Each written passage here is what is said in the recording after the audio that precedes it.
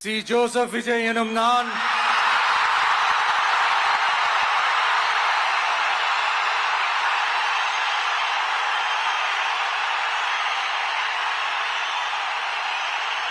சட்டப்படி அமைக்கப்பெற்ற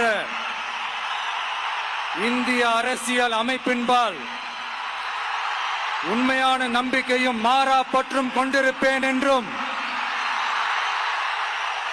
இந்திய நாட்டின் ஒப்பில்லாத முழு முதல் ஆட்சியையும் ஒருமையையும் நிலை நிறுத்துவேன் என்றும்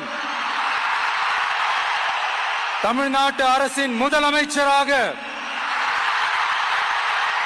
உண்மையாகவும் உளச்சான்றின்படியும் என் கடமைகளை நிறைவேற்றுவேன் என்றும் அரசியல் அமைப்பிற்கும் சட்டத்திற்கும் இணங்க அச்சமும் ஒருதலை சார்பும் இன்றி விருப்பு வெறுப்பை விலக்கி பலதரப்பட்ட மக்கள் அனைவருக்கும் நேர்மையானதை செய்வேன் என்றும் ஆண்டவன் மீது ஆணையிட்டு உறுதிமொழிகிறேன்.